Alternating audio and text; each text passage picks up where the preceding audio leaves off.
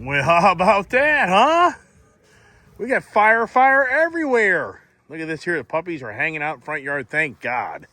I mean, one thing about new dogs, getting them just to hang around what you're doing is always a challenge. But the fireplace, firewood, and Kiefer's old tennis ball is the entertainment of the Diesel dog.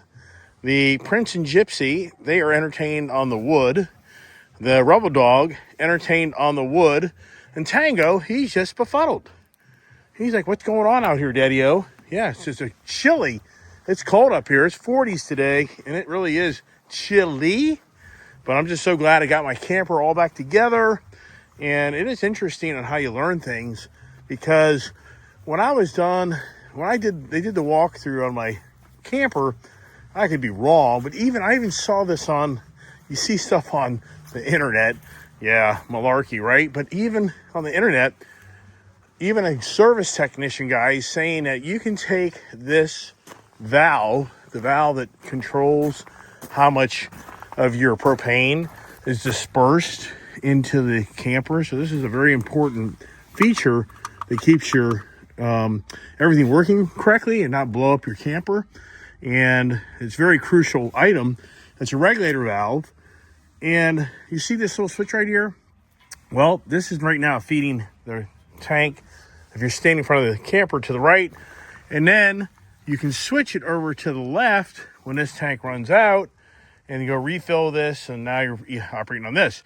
Now, if you go on the internet, they will tell you, some people tell you, you put this halfway, and now each tank is kind of feeding out of this between the two of them.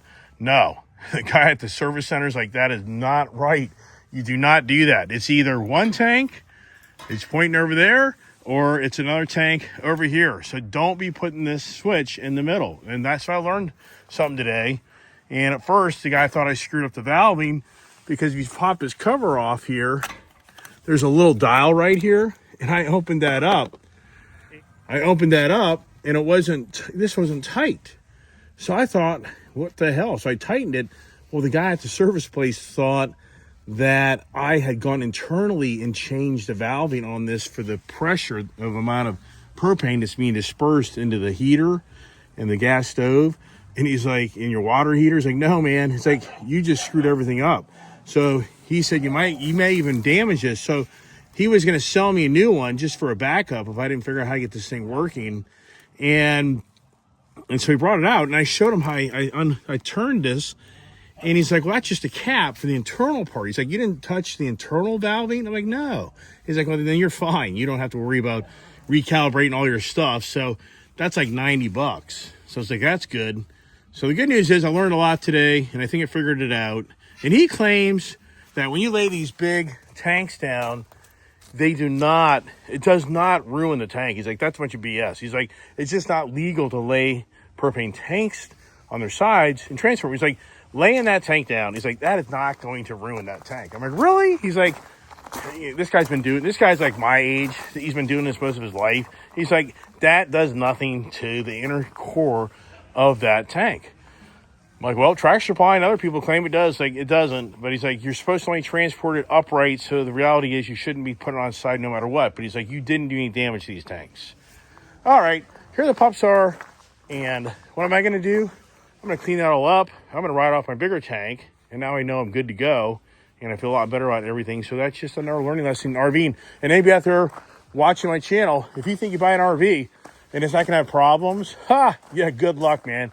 In so many ways, buying an RV is like buying a boat. There's always something going to break. It's just like a house. And I live in this thing every day. I use this trailer every day. So the odds of something breaking, not working as time goes on, it'll probably be that much greater, because I literally use my camper. I love my camper. And I love playing with the puppies, and the dogs, thank God, are getting to the point where I can kind of do other things, and they all entertain each other. And that's what I say. You get a pack of dogs, if you can get them kind of just to acclimate with each other, and they really are not the roaming pack, the dogs will just more or less, hopefully, hang out with you instead of be against you. So beautiful Thursday afternoon. It's incredible. Beckley's RV up here in Frederick, Maryland. Tomorrow's their last day being open, and then they're closed till like the 6th of January. So they're gonna be closed for like 3 weeks, basically. Wow, I think, or 2 weeks. And there's Gypsy having a good old time. Or I should say Prince. That's too confusing. Yep. All right, that's it, everybody. Hope everybody's a blessed evening. God bless.